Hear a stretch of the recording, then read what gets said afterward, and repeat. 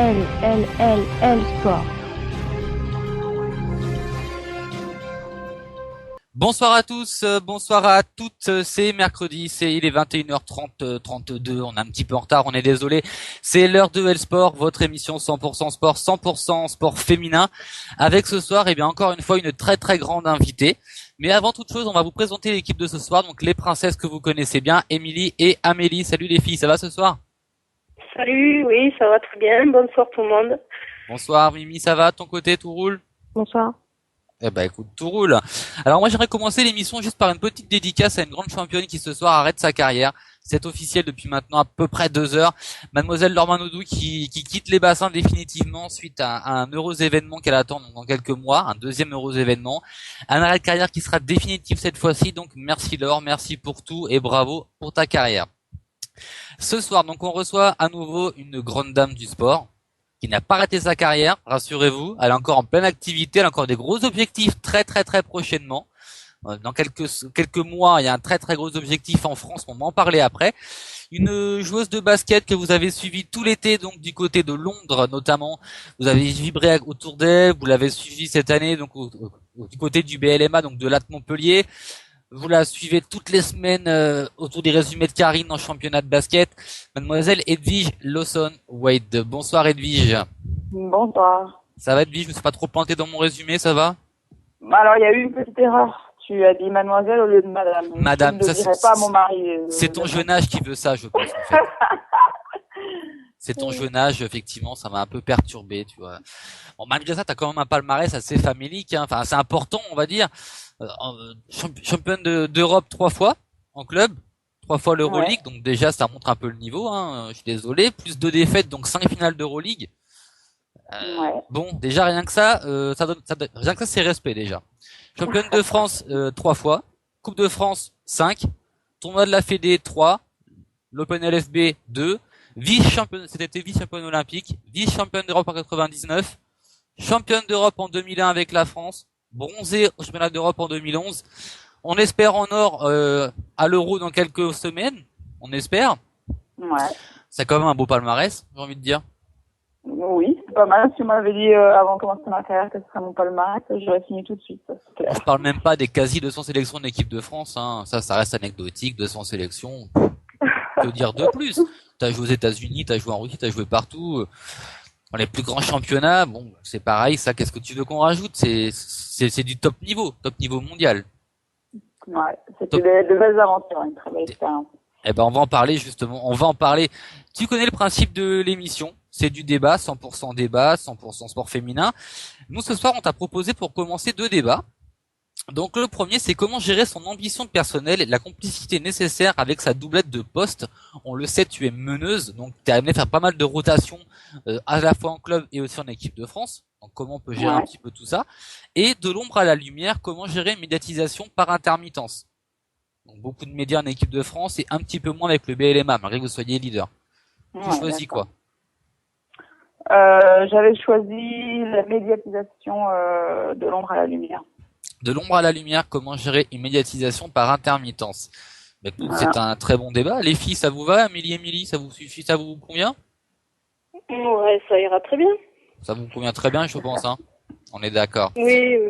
D'accord. Donc, de l'ombre à la lumière, comment gérer une médiatisation par intermittence.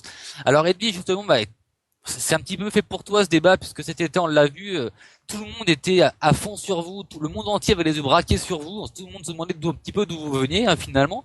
Donc vous étiez sollicité constamment. Et là, depuis quelque temps, ça s'est un petit peu calmé, on va dire, en club. Comment on gère effectivement un tel afflux de médias à gérer en si peu de temps? Et après, donc, le retour un petit peu du soufflet qui s'estompe petit à petit. Comment on gère tout ça? En fait, au début, quand on était beaucoup sollicité, c'est vrai qu'à un moment donné, au début, on est super content, on est excité, puis après, ça devient un petit peu fatigant parce qu'on n'arrive plus trop à gérer. Enfin, moi, j'ai un moment, j'étais un petit peu dépassée, ce qui fait que j'oubliais même de répondre à des sollicitations, à des mails, parce qu'on n'a pas l'habitude, nous, de gérer ça. Mais sur le moment, nous, le basket féminin, on a toujours voulu avoir de la médiatisation, un peu plus que ce qu'on avait. Donc, on se plaint pas, c'était vraiment génial. Et là, c'est vrai que ça s'est un petit peu calmé et ça fait du bien parce que comment on peut se reposer, c'est plus facile aussi de se concentrer sur sa saison avec l'occasion. Donc les deux sont bien. Quand on est en pleine bourre et qu'on était sollicités tous les jours, c'est très bien parce qu'on parlait du basket féminin, et quand ça retombe un petit peu, ça fait du bien aussi.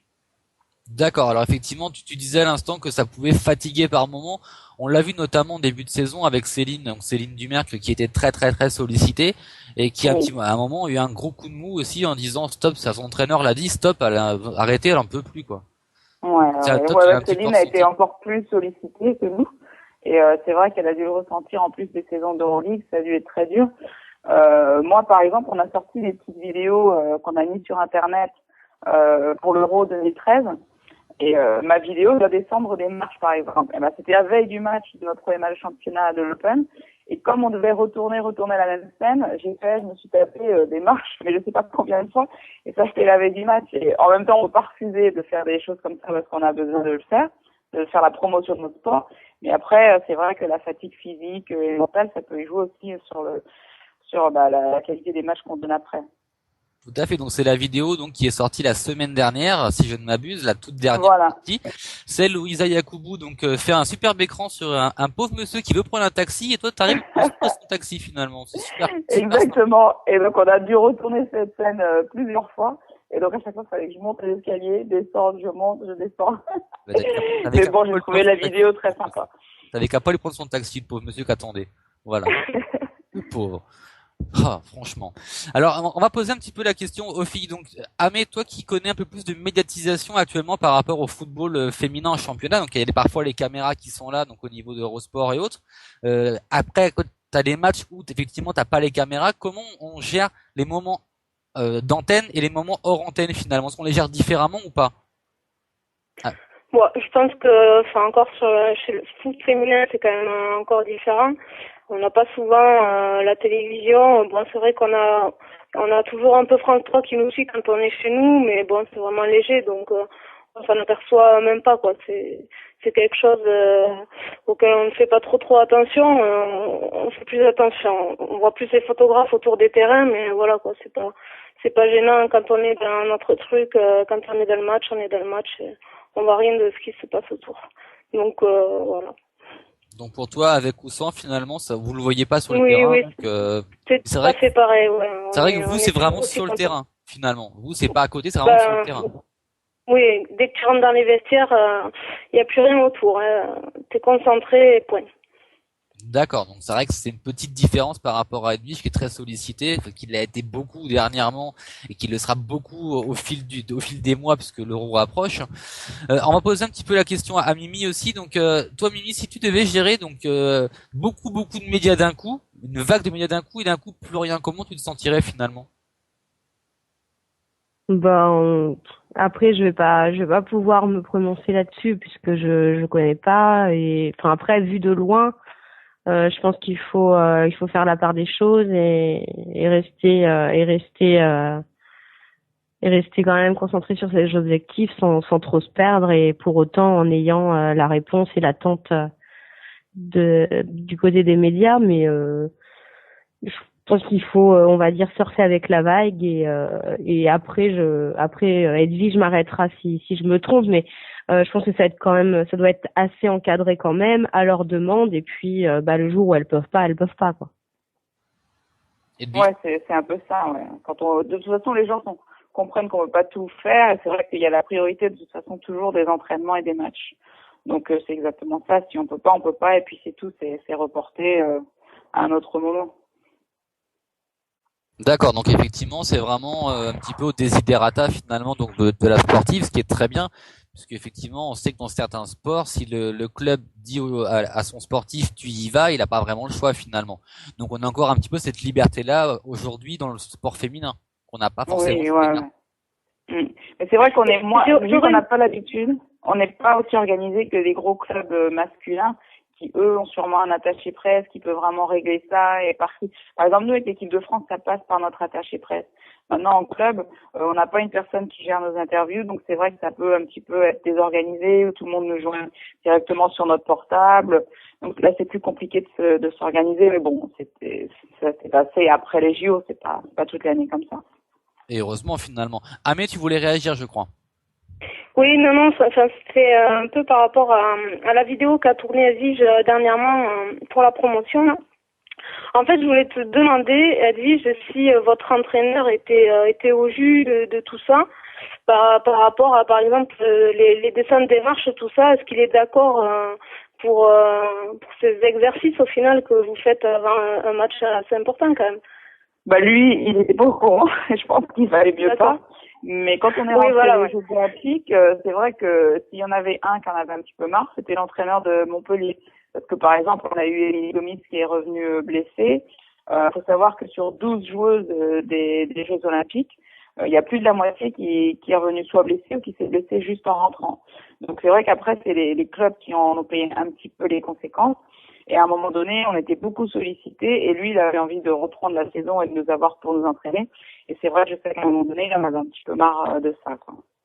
Bah, c'est vrai que surtout lui en plus, si je me trompe pas, donc tu me diras si je me trompe, mais entre le moment où vous avez arrêté la compétition donc au jeu, les vacances que vous avez eues et la reprise, il y a eu très très peu de temps de reprise finalement. C'était très très court. Oui, ça a été court. Nous, on a eu la chance d'avoir 3 semaines. La plupart, pratiquement toutes les autres joueuses ont eu 2 semaines. Donc c'est vrai que c'est à peine le temps de redescendre un peu sur terre, parce que de toute façon, juste après, on a quand même continué à avoir quelques événements par rapport à la médaille, le temps d'être en vacances et puis on reprenait la saison, quoi. Donc c'est vrai que pour la préparation, t'as pas vraiment le temps de t'en remettre, tu penses un petit peu que t'enchaînes tout le temps finalement. Oui, et puis en plus, on est arrivé en retard. Si on devait reprendre en même temps que les autres joueuses, on aurait repris quelques jours après. Et on a raté, Émilie Gomis et moi-même, nous avons raté 2 ou 3 semaines de la préparation de l'équipe de club. C'est pour ça que l'entraîneur a senti un petit peu la pression, quoi. La pression montée. En tout cas, te concernant sur tes stats de début de saison, on n'avait pas l'impression que t'étais à court de forme ou autre, hein. Je te confirme. Non, j'étais bien, mais j'ai été très bien gérée. Que ce soit par l'entraîneur de l'équipe de France ou l'entraîneur Valérie Demory. L'avantage, c'est qu'il a joué au basket et qu'il a su nous gérer, je pense. On s'est pas entraîné 2 fois par jour, tous les jours, comme des malades. Il savait qu'on avait besoin de gérer le physique aussi. D'accord. Alors là, on est un petit peu donc en pleine saison. Hein, tu es d'accord avec moi? On est en pleine saison, donc Ouais. à la fois Coupe de France qui était le week-end dernier, donc avec un déplacement au Pays d'Aix au mois de février, c'est assez compliqué parce que c'était un petit peu dur en championnat, chez eux en tout cas. Donc le championnat, vous êtes leader. La Coupe d'Europe qui, entre guillemets, heureusement, va alléger le calendrier, même si on aurait préféré que vous y soyez encore.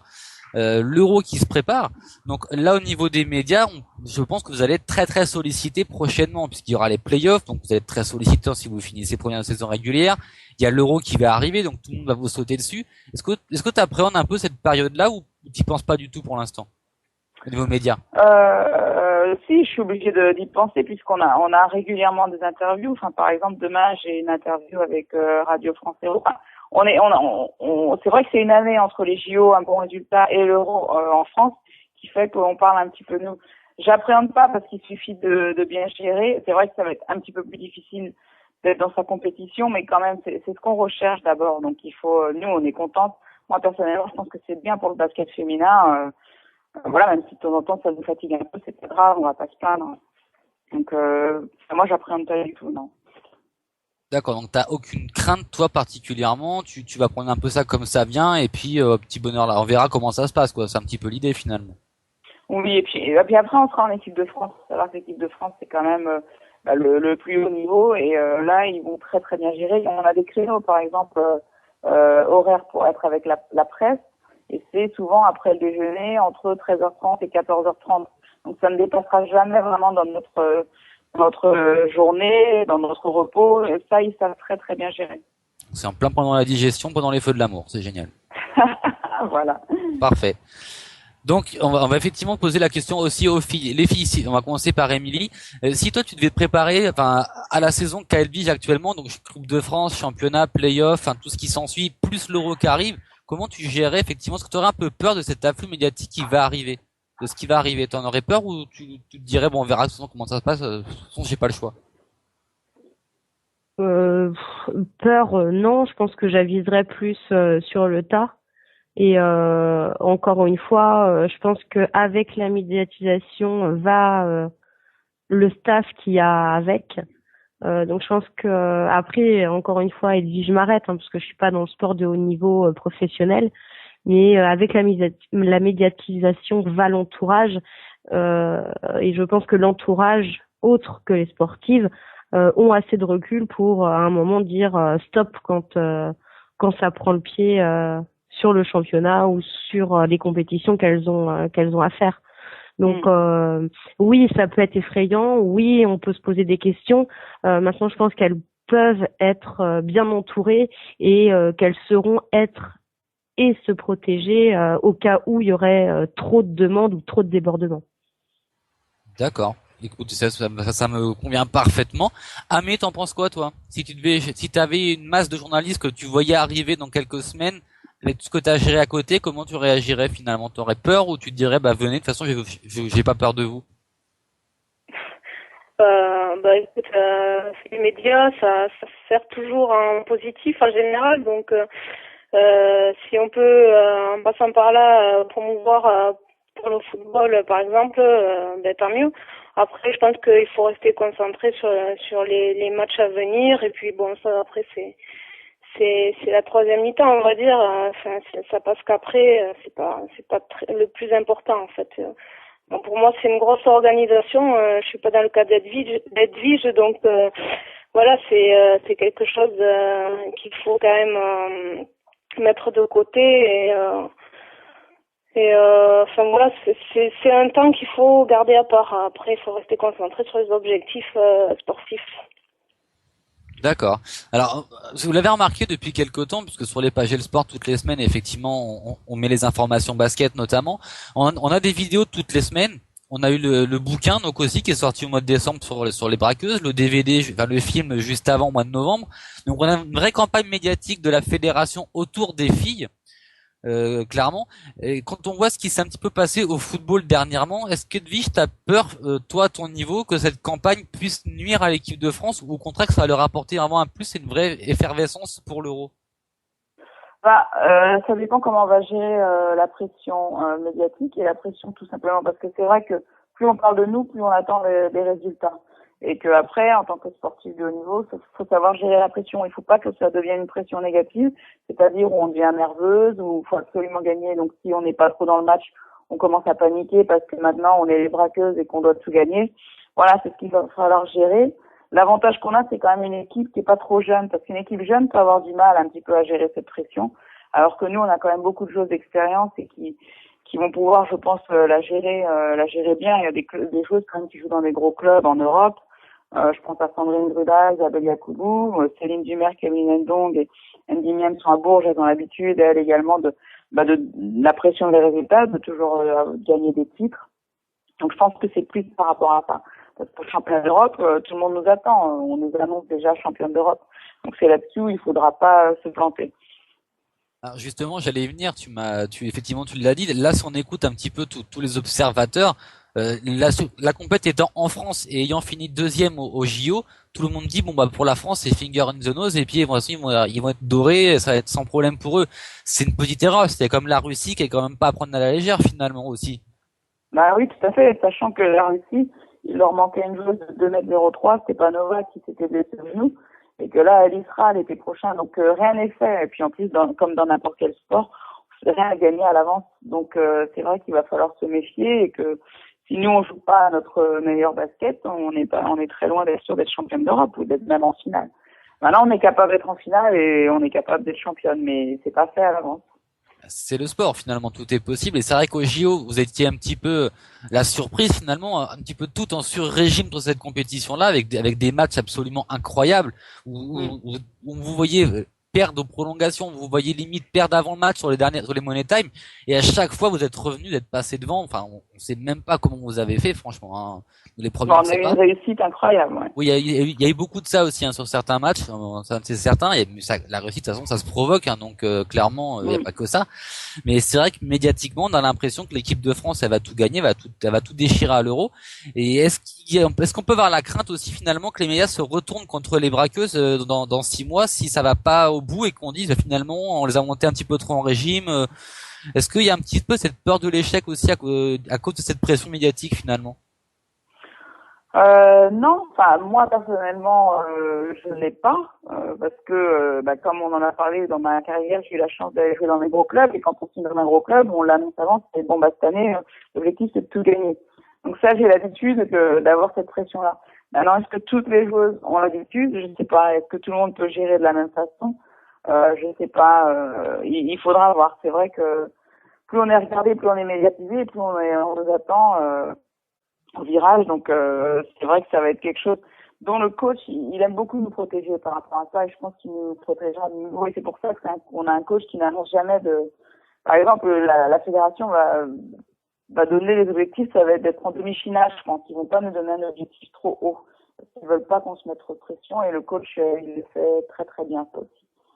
À la différence de d'autres sports, effectivement, où on donne un objectif vraiment clair et précis en disant là il me faut une médaille, là il me faut ci, là il me faut cela. Vous, chez vous, c'est plutôt tranquille encore à ce niveau-là pour l'instant finalement. Ouais, je pense. D'accord.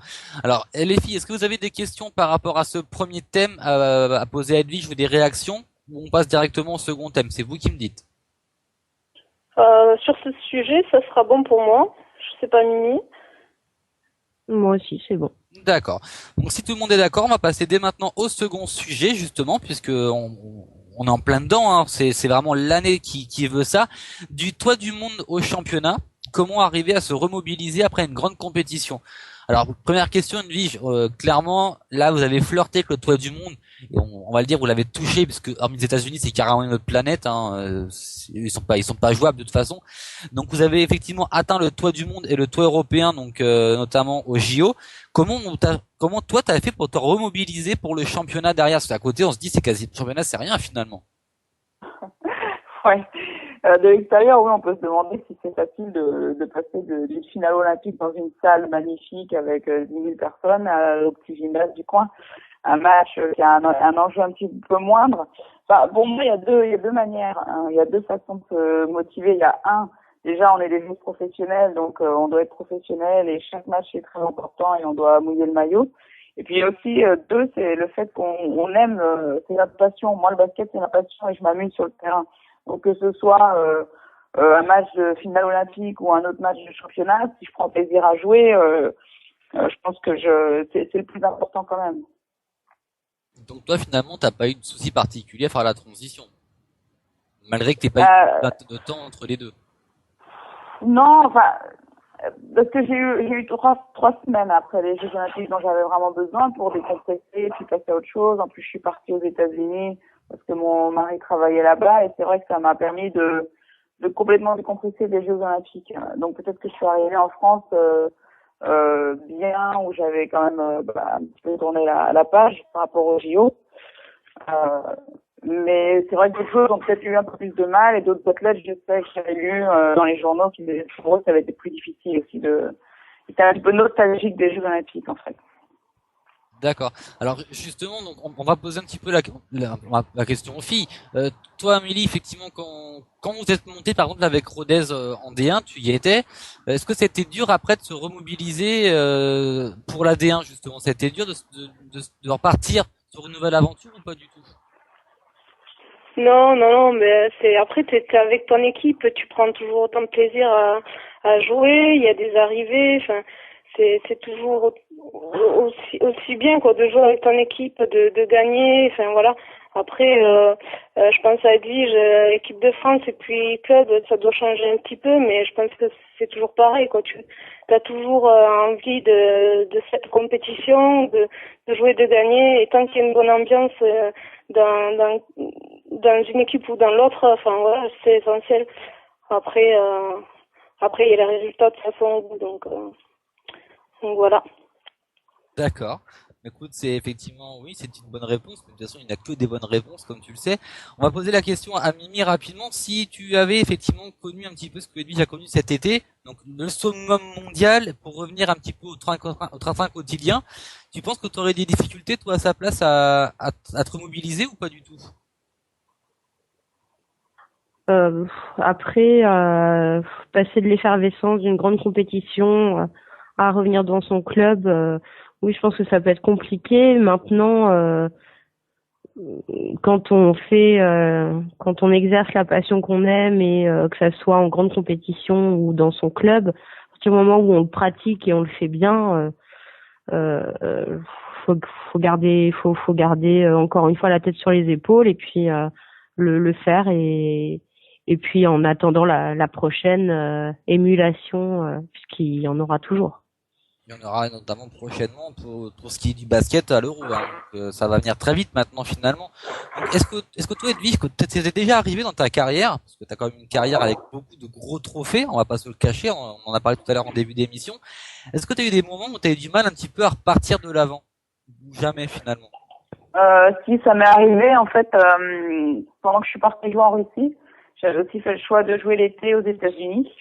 Et donc j'enchaînais les saisons en Russie où, bon, les déplacements en Russie, il faut savoir que tous les déplacements sont longs en championnat et en plus on était en Coupe d'Europe en Euroleague. Et après l'été, je partais jouer aux États-Unis. Et au bout de ma deuxième ou troisième année, je m'étais rendu compte que c'était trop et que là, je commençais vraiment à saturer du basket. Et j'allais à l'entraînement plutôt en reculant qu'autre chose. Donc après, je m'étais dit bon, il faut que je fasse un petit break. Là, ça devient trop. C'est vrai qu'on peut avoir une surdose des fois de basket pour moi. C'est ce que je fais tous les jours, quoi. D'accord. Et donc, comment t'avais fait finalement pour bien gérer cette période et pour vraiment te remettre en marche finalement? En fait, c'est plus par coïncidence, par hasard, parce que mon club qui était le CSKA Moscou a déposé le bilan au mois de septembre. Donc, j'avais signé au Spartak Moscou 3 mois. Et après, j'étais sur le marché au mois de Noël et je suis partie jouer en Israël. Et là-bas, c'est un championnat qui est quand même beaucoup, qui est un peu plus relax, qui est un petit peu moins fort. Il n'y a pas de Coupe d'Europe et qui dure moins longtemps. Et donc là, je me suis fait plaisir. Il faisait beau tous les jours. Je pouvais aller à la plage. J'avais la famille qui est venue me voir. Et donc j'ai pris plaisir à jouer au basket. Il y avait moins d'objectifs. Et après, j'ai eu un mois et demi de vacances sans jouer et ça m'avait fait du bien parce que j'avais plus l'habitude d'avoir comme ça 5 ou 6 semaines sans basket. C'est comme ça que j'ai récupéré un petit peu l'amour du jeu. Bah écoute, c'est l'essentiel en tout cas. J'ai envie de dire, c'est pour notre plus grand bonheur finalement. Amélie, tu avais une question, je crois. Oui, Edwige, je voulais savoir parmi tous les clubs que tu as fait jusqu'à présent, quel est celui dont tu as gardé le meilleur souvenir? Je dis souvent que mes plus belles années, c'était mes années à Moscou. Alors ça peut paraître bizarre parce que vivre en Russie, c'était pas le plus facile, mais c'était les années où je jouais vraiment avec des joueuses très très fortes contre des joueuses très très fortes. On avait une super équipe, on s'entendait très bien en plus. Et puis on vivait une vie qu'on n'a pas la chance de vivre cette expérience partout parce que là-bas, c'est vrai que financièrement, on nous mettait dans des conditions, dans des beaux hôtels, des beaux restaurants. Donc c'est vraiment des super années où moi j'ai pris beaucoup de plaisir à jouer parce que j'ai découvert vraiment le très très haut niveau avec les meilleures américaines qui allaient jouer là-bas. Et puis on a gagné des titres. Donc c'est vrai que mes années au CSKA Moscou font partie de mes plus belles années dans ma carrière. D'accord. D'accord. Donc effectivement, ça peut paraître étrange puisque à Moscou, enfin de réputation en tout cas, moi je suis jamais personnellement, mais c'est pas un pays où il fait très très chaud, donc c'est un petit peu étonnant comme choix finalement. T'as quand même été en Israël, t'étais en Espagne, en France à Montpellier, c'est pas là, il fait plus froid non plus en France, et puis tu te retrouves à jouer en Russie, puis un pays plus froid. C'est pas pourquoi. Mais c'est là où il y a toutes les meilleures équipes européennes, elles sont en Russie depuis quelques années. La Russie domine le basket en Europe. Alors justement, on avait posé un petit peu la question à Céline Dumer quand elle était passée sur notre antenne donc il y a quelques semaines, parce qu'elle avait fait le même choix que toi, partir en Russie durant une courte période, pour effectivement y aller, pour effectivement avoir un meilleur niveau de vie, mais aussi pour gagner des titres. Est-ce que toi, c'est ce qui t'a vraiment motivé aussi, c'est ce niveau de vie au niveau financier et les titres, ou c'est vraiment pour l'aventure que tu y étais finalement? C'est un tout. Déjà, c'est clair que si financièrement, c'était pas un pays qui payait un petit peu plus que les autres, il y aurait pas beaucoup de joueurs qui iraient jouer en Russie, je pense, pour être honnête. Donc c'est vrai que d'abord, il y a ce côté financier qui va en même temps avec le fait de jouer dans les meilleures équipes, de gagner des titres d'Euroleague ou champion de Russie, peu importe. Enfin, c'est des équipes qui sont toujours en finale d'Euroleague, les clubs russes. Donc c'est ce qui nous fait y aller, c'est ce qui fait que les meilleurs joueurs se retrouvent là-bas. Souvent, là encore cette année, la meilleure équipe c'est une équipe russe, c'est l'ancienne équipe de Céline et Ekaterinbourg. Donc elle a vécu une expérience un petit peu moins sympathique que la mienne, je pense. Mais moi, nous, on avait vraiment un groupe de copines qui restaient tous les ans. Donc, c'est vrai qu'il y avait quand même une partie, un côté humain là-bas. Il n'y avait pas que le côté grosse équipe ou le côté financier. Il y avait vraiment un tout. D'accord, donc c'est vrai qu'elle, c'était vraiment pour gagner quelque chose et finalement, ça s'est pas passé tout à fait comme prévu. C'est des choses, ce sont des choses qui arrivent malheureusement. On peut pas, c'est le sport, on peut pas forcément toujours savoir y anticiper. Mais c'est vrai que sur ce coup-là, elle avait pas vraiment eu de chance.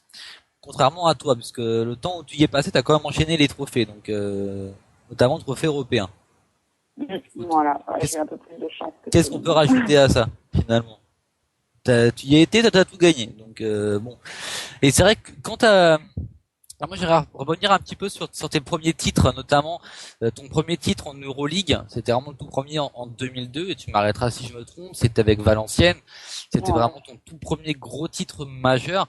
Est-ce qu'après ce titre-là, t'as eu des difficultés à rebondir, à réattaquer une saison européenne par exemple, pour regagner le titre, d'ailleurs vous avez perdu en finale, ou est-ce que c'était une continuité logique? Non, c'est une continuité. Et en plus, ce qui est marrant, c'est que quand on gagne un titre, on a envie encore plus d'en gagner un autre. Donc ça, c'est vraiment, dès qu'on gagne, on a envie d'en gagner plus et de regagner. Donc, ce premier titre, en 2002, on voulait l'avoir de nouveau en 2003, on a perdu en finale. En 2004, avec Valenciennes, on a de nouveau gagné. Donc, c'est vrai que plus on gagne et plus on en veut encore. Donc ça, c'est plutôt contagieux, qu'autre chose. Et c'est dangereux aussi parce qu'en même temps, quand on perd, on peut s'habituer à la défaite. Ça peut être très dangereux aussi. Alors, effectivement, tu le disais, donc avec Valenciennes, vous l'avez gagné 2 fois, donc 2002-2004 pour une défaite en 2003. Alors, on a un petit peu l'impression quand même que l'Euroleague, elle, en tout cas, t'aime bien, puisque tu pars en 2005, bah, tu gagnes l'Euroleague. Ouais. Tu pars, tu la gagnes encore. L'année d'après, tu perds encore en finale. Donc, décidément, l'Euroleague, c'est une histoire d'amour avec toi. Hein. On a Ouais.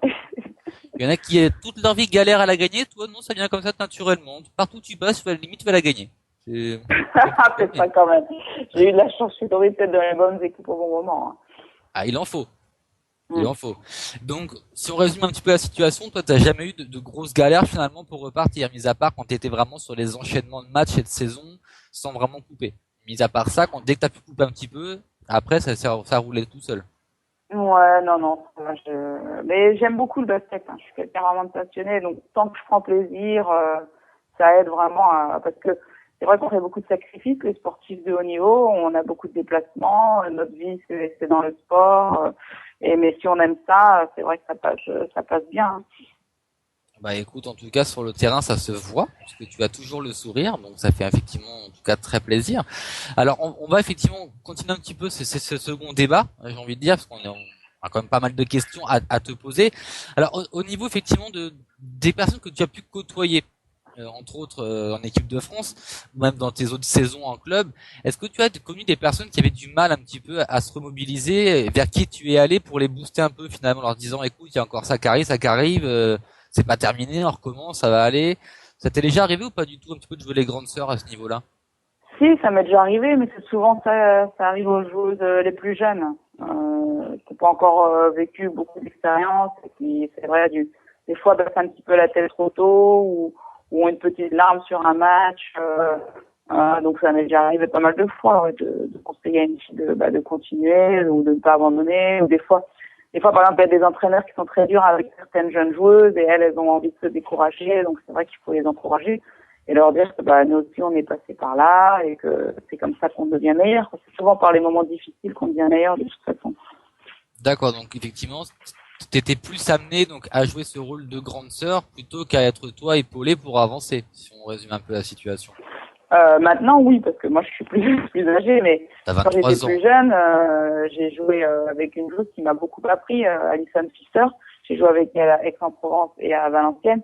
C'est une fille qui a un mental extraordinaire. Elle a été en université à Harvard, quelqu'un de très intelligent et en plus de travailleur. Et c'est vrai elle m'a appris un petit peu cette mentalité de travailler dur pour réussir et surtout ne jamais abandonner, toujours continuer. De toujours être à fond et de vraiment rien lâcher. C'est vraiment. Voilà. En tout cas, c'est un peu l'impression que tu donnes sur le terrain quand que ce soit en club. On a parlé un petit peu avec des supporters donc de la Montpellier qui effectivement nous donnent cette impression-là que tu lâches jamais rien. En équipe de France, on l'a vu, bah, c'est pareil, tu lâches jamais rien non plus. Donc c'est vraiment quelque chose qui toi, ne rien lâcher pour toi, c'est vraiment un leitmotiv finalement. Ouais, pour moi c'est très important. Ouais. Parce que pour moi le plus important dans la vie comme dans le sport, c'est de ne pas avoir de regrets.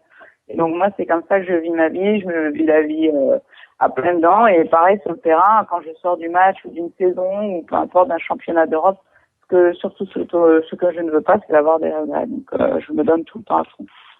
D'accord. Donc effectivement, c'est aussi à ça qu'on te reconnaît. Alors moi, ce que je vais vous dire tout de suite, c'est qu'effectivement, on a une quatrième personne qui nous rejoint ce soir. C'est Nina qui fait son grand retour, qui est parvenue à se libérer et qui nous rejoint à l'instant. Donc, bon retour à toi, Nina Cantou, et bonne année. Bonjour. Bonne Salut année. tout le monde, meilleurs vœux. Oui, meilleurs vœux. On t'a pas revu depuis un moment avec les matchs de mercredi. Quand c'est du super, j'étais sur une île déserte à siroter des cocktails, je vous avais pas dit. Non, on a suivi les stats à la télé sur Mirabel, donc non, t'inquiète pas, on a regardé. On a suivi ça. Alors Nina, coucou les filles. Écoute, les filles sont là, elles sont toutes à fond, Edwige est à fond aussi, enfin tout se passe super bien ce soir. Il nous manquait plus que toi et un troisième, un quatrième sourire dans l'émission. Enfin, c'est une soirée souriante, donc voilà, tu es chez toi, tu le sais. Donc juste pour te dire, on est effectivement au second débat que tu connais, hein, qui est donc sur le toit du monde au championnat. Comment se remobiliser. Donc Edwige nous disait qu'elle n'avait pas forcément de problème depuis quelque temps, puisque maintenant elle coupait effectivement ses saisons, elle n'enchaînait plus saison en Europe, saison aux États-Unis, donc l'été. Ça permettait effectivement de souffler un petit peu. Mais il y a justement toi Nina qui était au jeu justement. On va tout de suite t'agresser direct, on est comme ça. Tu nous as tellement manqué, direct on t'agresse. Toi qui étais au jeu justement donc avec Edwige, pas dans la même équipe, pas pour les mêmes résultats, mais t'étais au jeu. Est-ce que t'as eu du mal à repartir finalement au championnat ou pas du tout? Carrément, énormément de mal parce que t'as l'impression de pas avoir le temps de digérer un événement qu'il faut déjà trop mobiliser pour autre chose. Surtout que c'est pas le même collectif, c'est pas la même ampleur. On peut dire ce qu'on veut, mais les Jeux Olympiques ça reste unique. Et puis physiquement, le corps c'est pareil quoi. Ouais, c'est compliqué. Le corps il tient pas, et c'est très compliqué. C'est très compliqué. Je galère toujours. C'est vieille, c'est pour ça. On a commencé, je galère toujours. Toi, tu te fais vieille, c'est pour ça. Ouais, un petit peu. Ouais, c'est juste pour ça. Donc, on le rappelle, hein, Nina, effectivement, n'est plus toute jeune, hein, elle est sur la fin de sa carrière, pour ceux qui ne le savent pas. Mais elle est encore là. Et effectivement, donc là, tu vas enchaîner derrière, donc, JO, championnat, Golden League, championnat, Euro et championnat. Tout ça en 6 mois. Voilà. Exactement ça. J'ai vraiment hâte d'être au mois de juin, là, pour faire enfin la coupure. Mais bon, on sait que les années pré- et post-olympiques, c'est un peu horrible. Une. Mais bon, après, ça fait partie des règles du jeu. Donc, voilà, on l'accepte parce que le jeu en vaut la chandelle. Voilà, c'est comme ça. Mais c'est un peu qui tout, quoi. Déjà, je suis contente de parce que c'est souvent ce qui arrive aux jeux qui enchaînent trop de compétitions. Là, voilà, je suis encore sur mes pattes avec quelques petits pépins, mais qui m'empêchent pas de jouer totalement. Donc, pour l'instant, ça va. Je pense qu'on a bien réussi à le gérer avec le club et la sélection nationale. Donc, tu disais couper en juin, mais qu'après mi-juin, par contre, hein, début juin, t'assures quand même un minimum. Hein, il y a la Croatie. Alors, justement, Edwige, donc je pense que tu connais un petit peu le parcours des handballeuses. Tu as un petit peu vu ces derniers mois ce qu'elles avaient enchaîné comme compétition. Si tu avais été enchaîné comme elles, donc JO, championnat, tournoi européen fermé à 4, championnat euro, tout ça en espace de 6 mois, est-ce que tu aurais pu effectivement enchaîner tout ça, ou sinon ce que tu aurais dit stop ou d'un moment c'est beaucoup trop, là faut qu'on arrête quoi. J'aurais pas dit stop parce qu'il faut faire, on n'a pas le choix de faire ce qu'il y a à faire, mais on n'est pas des robots et ça, de temps en temps, les gens l'oublient ou des fois certains entraîneurs l'oublient ou les médias peuvent l'oublier. Et c'est vrai que, là, leur calendrier en 6 mois, c'est incroyable et à un moment donné, on est obligé d'avoir une baisse de résultats. On ne peut pas être tout le temps comme ça au top. Et c'est vrai que moi, je l'ai dit, hein, la coupure après les JO, c'est ce qui m'a sauvé. Et en plus de partir à l'autre bout du monde aux États-Unis, qui m'a vraiment fait complètement couper. Et c'est vrai que des fois, on a tendance à en demander un petit peu trop aux sportifs du haut niveau, je pense. Et je pense aussi que les blessures peuvent être aussi des conséquences d'une fatigue physique et mentale. C'est vrai que là justement, tu t'en parles, on a exploré avec Nina, hein, puisqu'elle s'est blessée. Chez les basketteuses, les 3 quarts se sont blessés aussi après les Jeux. Chez les handballeuses, il y a eu beaucoup de blessures aussi. Est-ce que finalement, en tant que femme, on demande plus à une femme finalement alors c'est peut-être méchant ce que je vais dire, attention, parce que je suis pas là pour être macho ou autre, mais est-ce que c'est plus dur pour une femme d'enchaîner les compétitions que pour un homme selon toi, Edwige? Oui et non, parce que c'est vrai que eux, sur le plan physique, physiquement, ils sont plus forts que nous, mais ils jouent contre plus forts aussi. Donc, non, je pense que c'est une règle générale, que ce soit pour les hommes ou les femmes. Nous, par exemple, il y a un championnat américain en NBA où ils font beaucoup de matchs. Et ben, les joueurs sont lessivés à la fin. Quand Tony Parker, il doit faire tous les matchs et faire après l'équipe de France et repartir, c'est plus le même non plus, et c'est normal. C'est ce que je disais tout à l'heure, on n'est pas des machines, donc je pense que même les hommes, ils doivent le payer à un moment donné s'il y a une surcharge de travail ou une surcharge de compétition. D'accord. Alors Ahmed, tu avais une question, je crois. Oui, Edwige, je voulais savoir justement une journée type pour une basketteuse de ton niveau. C'est quoi? C'est entraînement le matin, repos l'après-midi, puis entraînement en fin d'après-midi vers 17h.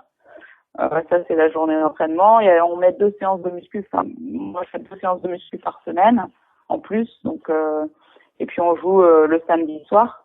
Mais de temps en temps, nous, notre entraîneur ici, et on est très peu de clubs à le faire, je pense, il fait entraînement facultatif le matin. Donc, c'est celles qui veulent et elles travaillent leur perfectionnement individuel dans le basket. Donc, c'est les shoots, la dextérité, le dribble.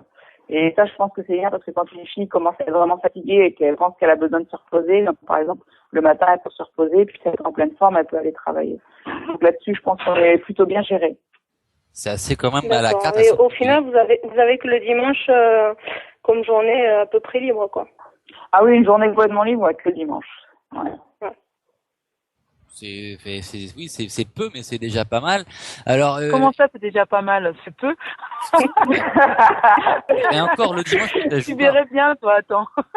Eh ben, justement, moi, je voudrais rebondir sur une chose que Edwige a dit il y a quelques secondes, qu'elle jouait beaucoup aux États-Unis. Alors, juste une petite stat pour vous, les amis.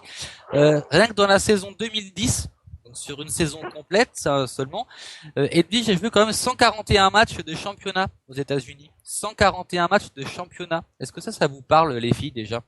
Nina, toi qui es sportive pro? Écoute, c'est le double ce que moi je peux faire en une année, donc ouais, c'est énorme. C'est énorme. Sans compter à côté l'équipe de France et autres, hein, bien sûr.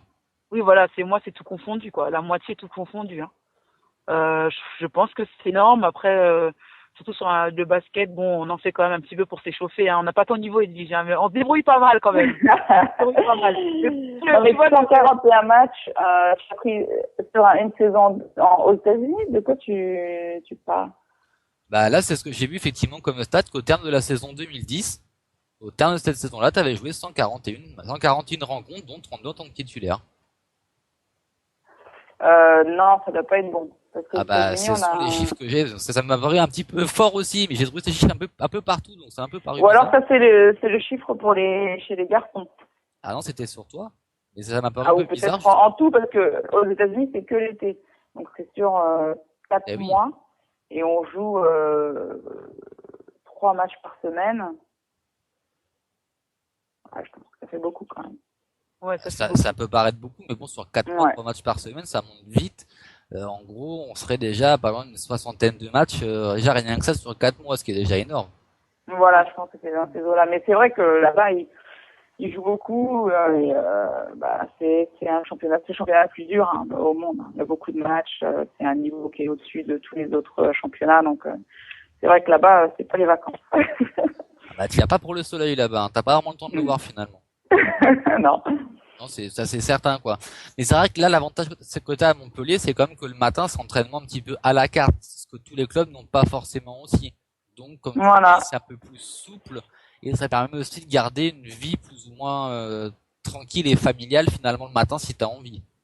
Tout à fait. Et moi c'est ce qui m'a sauvé par rapport à l'après JO, c'est que après les JO, j'ai pas été souvent à l'entraînement du matin, je vais être honnête.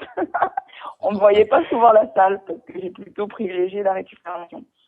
Et ce qui est important aussi. Oui. Et puis on le sait généralement, les filles à la Montpellier, quand elles sont en soirée ensemble, elles se trouvent pas forcément de bonheur. On a quelques échos de soirées, de paella, d'anniversaire et autres. Bon, on sait que ça s'est pas couché très tôt. Cette vie, c'est les paroles d'un mec qui aurait bien aimé être invité et que vous n'avez pas invité. Voilà, exactement. Ah ouais, d'accord. Voilà. Torpille au passage, petit taquet. Voilà, si on écoute. J'ai des dossiers, pas de problème. Vous pouvez venir. Alors moi, ce que je vous propose, les filles, c'est qu'on va passer carrément maintenant à l'interview d'Edwige. On va effectivement gagner du temps, donc à l'interview décalée. Donc elle avait pas mal de questions décalées, des questions fans, un peu tout, Edwige. Donc on va un peu cuire à toutes les sauces, clairement. Sur D'accord. alors on va pas rentrer non plus dans le perso, rassure-toi. On va vraiment te parler un petit peu de tout. Et on va laisser un peu la parole d'abord aux princesses, donc à Émilie et Amélie, et nous on complétera après avec Nina si on a des questions qui nous viennent. Les D'accord. filles, à vous de jouer. Amé. Bon, je vais attaquer. Alors, Edwige, il y a beaucoup de questions de fans, d'ailleurs. Donc, je vais attaquer par celle de Cyril, qui demande est-ce que tu as des projets en tête par la suite? Oui, j'en ai quelques-uns. Déjà, on m'a demandé, je fais partie du comité directeur de la Fédération française de basket et également vice-présidente de la Ligue féminine. Le président m'a demandé de faire partie de ces deux postes et j'ai accepté parce que c'est quelque chose qui m'intéresse de travailler avec la fédération pour le basket. Donc ça fait partie des projets que j'ai et peut-être passer un diplôme de général manager à Limoges qui pareil nous apprend à travailler dans le sport. Donc en fait les projets se rapprochent plutôt pour moi de travailler dans le sport après ma carrière. D'accord, ok. Parfait, donc c'est une première piste déjà. Une autre question, les filles? Oui, Mimi, si elle est là? Oui, elle est là, elle est là. Oui, elle est là. Donc, Edwige, quels sont selon toi les qualités et les défauts pour jouer en équipe de France et quelles sont les qualités et les défauts de l'équipe de France? Alors, les qualités de l'équipe de France, on dit souvent qu'on a les qualités et les défauts, les qualités et les défauts, et je pense qu'on est très disciplinés, nous, en équipe de France. Et des fois, on est trop disciplinés. Et on a perdu quelques matchs parce qu'on ne savait pas comment s'adapter, il fallait pas réciter le système exact comme ça l'était. Donc, je trouve que notre discipline, c'est vraiment un point fort, mais de temps en temps, ça peut être notre point faible. La qualité première de notre équipe, c'est la défense. Après les défauts, c'était avant les JO les shoots extérieurs et c'est pendant les Jeux Olympiques ça s'est très bien passé. On a vu que Céline Dumer qui a shooté des 3 points de folie et Emily et moi on a été plutôt à droite. Donc voilà. Après qu'est-ce qu'on peut avoir d'autre comme qualité? C'est une équipe assez athlétique. Je pense qu'on a un entraîneur qui est très très bon et qui fait partie des points forts de l'équipe de France. Voilà. Après, je préfère pas dire trop de défauts, hein. On est presque parfaite, on est d'accord. Et quelles sont les qualités que toi tu penses qu'il faille avoir pour jouer en équipe de France, justement? Pour jouer en équipe de France, il faut déjà être une bonne joueuse de basket et il faut avoir un bon état d'esprit en sachant que c'est l'équipe d'abord et la joueuse après. Donc, il faut vraiment avoir un esprit collectif parce que c'est ce qui est très très important. Un bon état d'esprit. Après, en fonction du poste, il faut une qualité de shoot ou une qualité de défense et de rebond pour les intérieurs. Voilà, en gros, pour être en équipe de France, faut faire partie des meilleures joueuses aussi en France. Hein, donc ça c'est normal, c'est logique. Il faut savoir chanter la Marseillaise peut-être aussi. Pas forcément. Ça a l'air moins ridicule quand il y a un gros plan sur toi en plein milieu de la chanson et que tu te souviens plus des paroles. C'est vrai. On verra ça à l'Euro si tu l'as révisé la chanson. Ah ouais, on vérifiera. J'ai la pression. On vérifiera. Notre question, les filles. Oui, une autre question. Karine Caillé qui demande que penses-tu du tirage de la Coupe de France et de la rencontre qui vous opposera à Aix en Provence? Déjà, on est plutôt satisfait d'aller à Aix parce que c'est à 2 heures, même pas chez nous, 1h30. Donc ça nous évite un grand déplacement. Maintenant, on sait que Aix, c'est une équipe qui est difficile à jouer. Elles ont battu Bourges, elles ont battu Lyon, qui sont les meilleures équipes du championnat. Donc ça va être un match difficile, mais bon, tous les matchs sont difficiles et on est content d'aller quand même juste à côté de Montpellier. Oui, Edwige, parviens-tu toujours à mettre ton blog à jour? Alors, ouais. Plus ou moins, j'ai du mal, mais c'est vrai que j'aimerais en mettre un peu plus parce que je sais que les gens aiment bien nous suivre, voir ce qu'on fait. Donc c'est vrai que je l'ai fait un petit peu, mais je pourrais faire un peu mieux. D'accord. Une autre question? Oui. Est-ce que tu as un club qui te ferait encore rêver aujourd'hui? Un club qui me ferait encore rêver, non. Un club en lui-même, non, mais le titre, par exemple, nous, être championne de France, c'est ce qui me fait rêver. Ouais. Ou gagner, ça aurait été de gagner la Coupe d'Europe, bon, là, on s'est fait éliminer, mais c'est plus le titre que le club en lui-même. On peut parler des choses qui fâchent, la Coupe d'Europe. Faut éviter, c'est encore trop frais, ça. Ça sera l'an prochain Ouais. maintenant. Autre question? Oui, donc Edwige, au vu de ta saison et des très belles performances, comment envisages-tu la saison prochaine? Ah, j'y pense pas. La saison prochaine, on verra. Ce qui est bien, c'est que le club de Montpellier commence à s'installer comme une équipe forte du championnat de France. Et ce serait bien de viser la régularité, c'est-à-dire de se retrouver toujours dans les meilleurs, essayer d'être toujours en finale. Donc c'est plutôt ça, essayer de rester, de faire de Montpellier une place forte du basket féminin. D'accord. Amélie, une autre question? Il y en avait Ouais, pas une mal. petite dernière pour moi. Oui.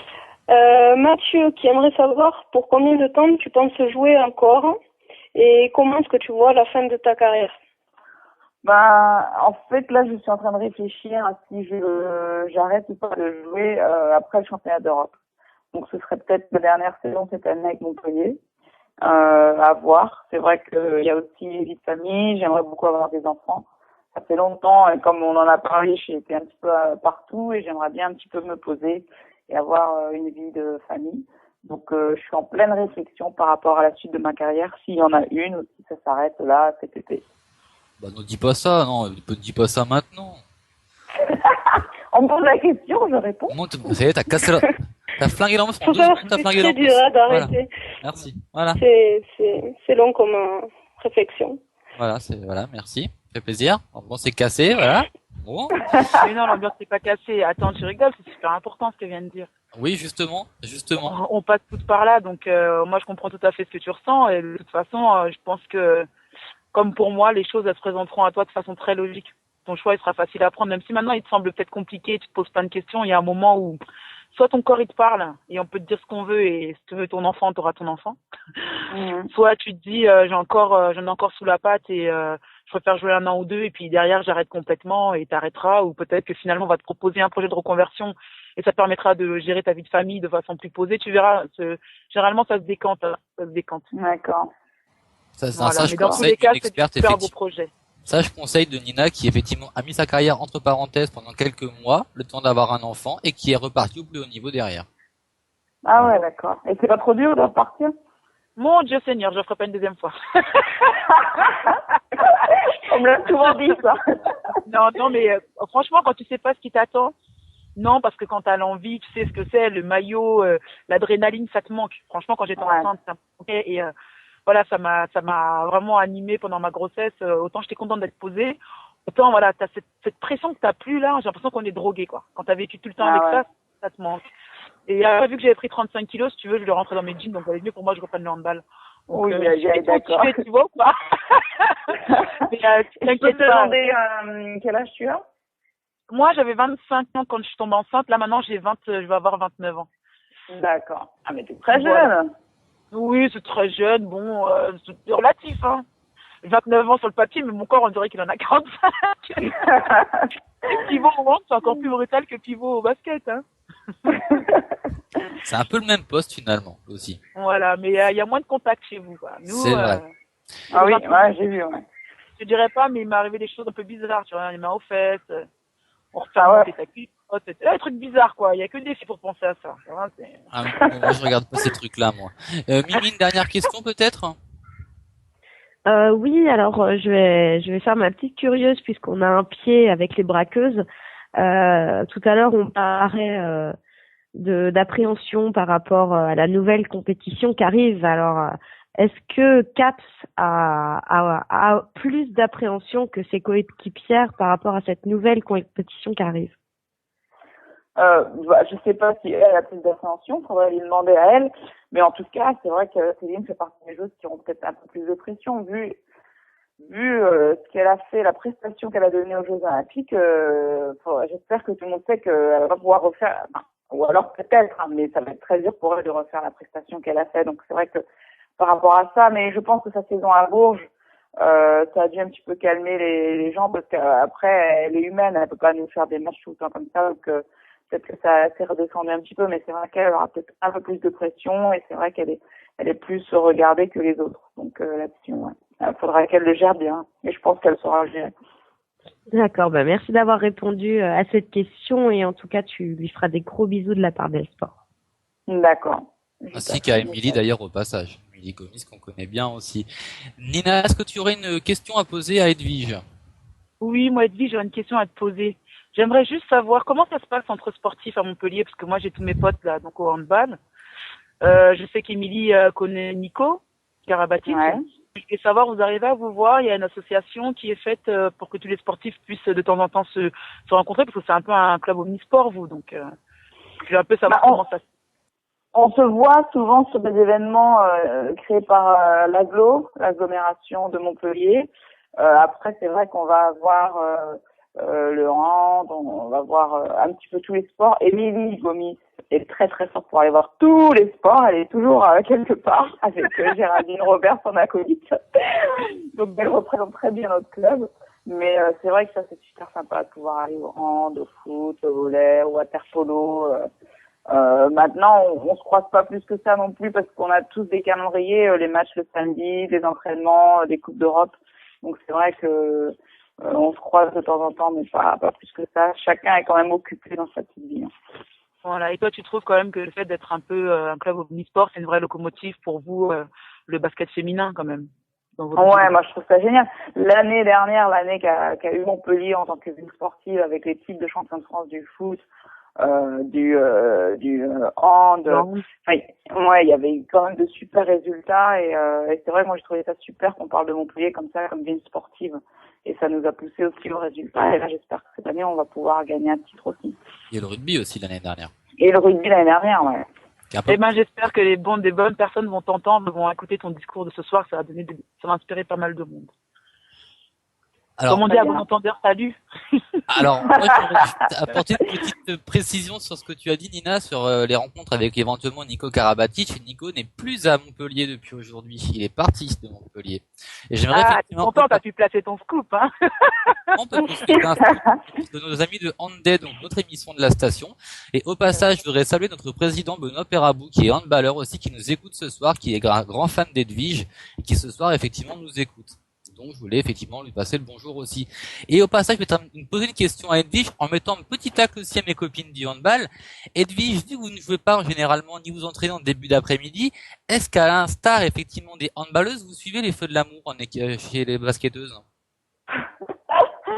Moi, je ne suis pas. Il y en a peut-être une ou deux, mais je suis pas sûre. Non. Alors. Je vais pas dire de non. Je vais pas dire de non, mais il me semble que Jennifer faire Big Bo peut-être suivait. Mais je ne la citerai pas. Oh là là. Parce que chez l'handballeuse, elles sont toutes à fond, hein. Toutes celles qu'on connaît, elles sont à fond sur les feux de l'amour à 14h. Hein. Mais non, mais en même temps, Thomas, en stage, il y a que ça. Ce que tu comprends pas, c'est qu'on a que ça à regarder. Oui. Quand t'es en équipe de France, tu dois faire la sieste, donc t'as pas envie de faire la sieste, bah, il y a quoi? Il y a les feux de l'amour. Soit les feux de l'amour, soit l'air du paradis, tu veux quoi? La petite nouveau à la prairie, bon. Je suis obligée de regarder, je peux connaître la fin, quoi. Non, mais voilà, donc je retiens que ça, c'est que les handballeuses, elles sont toutes fans des feux de l'amour. Donc, je voulais savoir si c'était pareil chez les basketteuses ou pas. Voilà. C'était la question qui, moi, me taraudait l'esprit, en tout cas. Alors, moi, je suis assez content de cette interview décalée. Si plus personne n'a de questions, à passer, rapidement. Dernière petite partie de l'émission, ça dure 30 secondes. Juste une petite phrase à répéter, Edwige, pour toi, très, très simple. Toutes les filles l'ont faite. Les filles de l'équipe de France qui sont venues l'ont faite. C'est juste en une prise. En une prise la plupart en plus, ça se voit. Donc, mais t'as le droit de la faire en deux. Y a pas de problème, même de l'écrire. Les plus grands ont chuté dessus, hein, même chez les garçons. La phrase est simple, c'est ici Edwige Lawson Wade. J'écoute L-Sport sur RTS Radio. Oh, d'accord. Vas-y. Ici Edwige Lawson Wade. J'écoute L-Sport sur RTS Radio. Ah, franchement, bravo. Perfect. Franchement, bravo.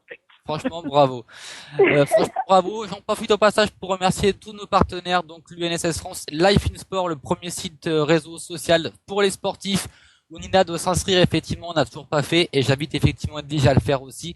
C'était vraiment un très bon site pour les sportifs, pour notamment préparer l'après-carrière, c'est super intéressant, et j'invite tout le monde à le faire.